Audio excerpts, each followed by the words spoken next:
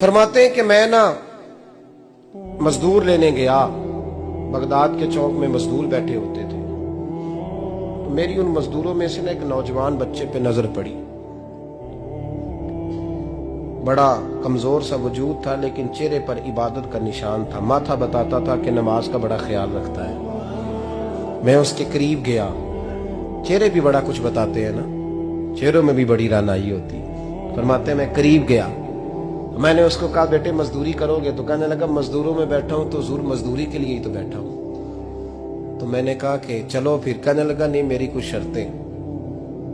میں نے کہا بتاؤ؟ کہنے لگا پہلی شرط یہ ہے کہ لوگ 4 دینار دیہاڑی لیتے ہیں، میں 3 دینار لوں گا۔ میں نے کہا یار بھائی تو بڑی بہترین ہے، باقی بھی اس طرح کی رکھ لے۔ اس نے کہا حضور دوسری شرط یہ ہے کہ میں آپ کی مکمل بات مانوں گا لیکن جب اذان ہو جائے گی پھر آپ کی نہیں سنوں گا۔ تیسری بات اس نے یہ کی کہ حضور میں آپ کے گھر میں کام کروں گا پر آپ کے کسی سوال کا جواب نہیں دوں گا۔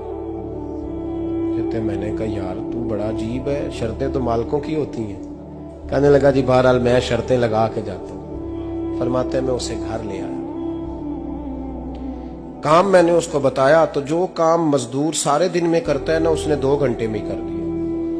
ہمارے مزدور سگریٹ پینے میں بھی تو آدھا گھنٹہ لگاتے ہیں، وہ چائے پینے جائیں تو پونا گھنٹہ وہاں۔ ان کو بھی تو دیانتداری کرنی چاہیے کہ نہیں کرنی چاہیے؟ نے معاہدہ کیا ہے نا جی تو پورا اترنا چاہیے نا۔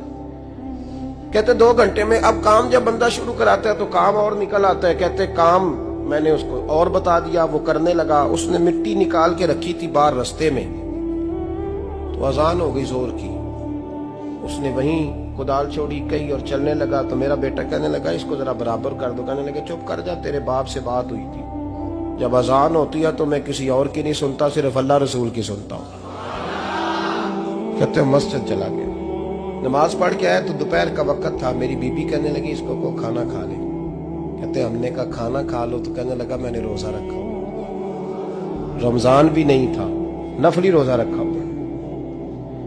فرماتے ہیں شام ہوئی، میں نے 3 دینار دیے تو میں نے کہا تیرا نام کیا ہے؟ کہنے لگا میں نے آپ سے کہا تھا میں کسی سوال کا جواب نہیں دوں گا۔ وہ چلا گیا۔ اگلے دن میں پھر لینے گیا اسے، کام کچھ اور نکل آئے تو لوگوں نے بتایا وہ صرف ہفتے والے دن آتا ہے۔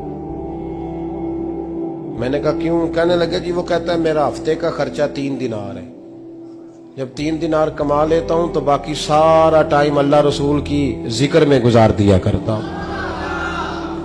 فرماتے ہیں عجیب۔ اگلے ہفتے میں پھر لینے گیا، میں نے پورا ہفتہ انتظار کیا کہ کام اسی سے کرانا ہے۔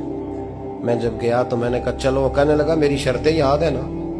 اور میں نے کہا یاد ہے بھائی ساتھ چل۔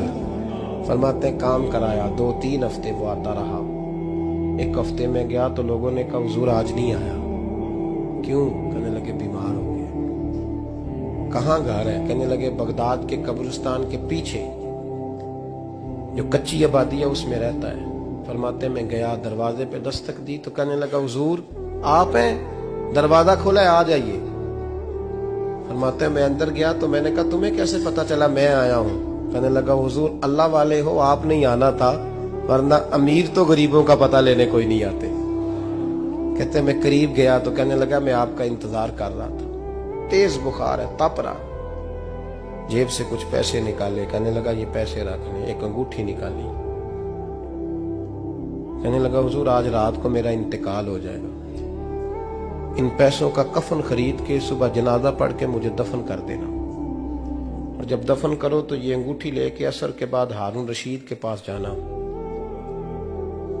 آپ اسے کہنا میں نے ملنا ہے پر وہ آپ کو ٹائم نہیں دے گا، آپ اس کو آواز دیجئے گا کہ تیری ایک امانت ہے میرے پاس، پھر وہ آپ سے ملے گا تو انگوٹھی دے دیں، پھر آپ میری طرف سے فارغ ہیں۔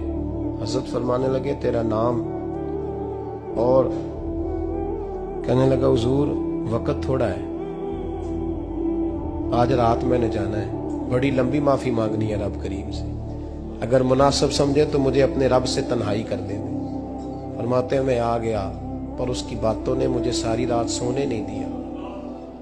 فرماتے ہیں صبح بڑی مشکل سے سورج نکلا، میں گیا دروازے پہ ہاتھ رکھا تو دروازہ کھلا ہوا تھا، اندر داخل ہوا تو خوشبوئیں میرا استقبال کر رہی تھی، جب چہرے سے کپڑا ہٹایا تو اس کا تو انتقال ہو چکا۔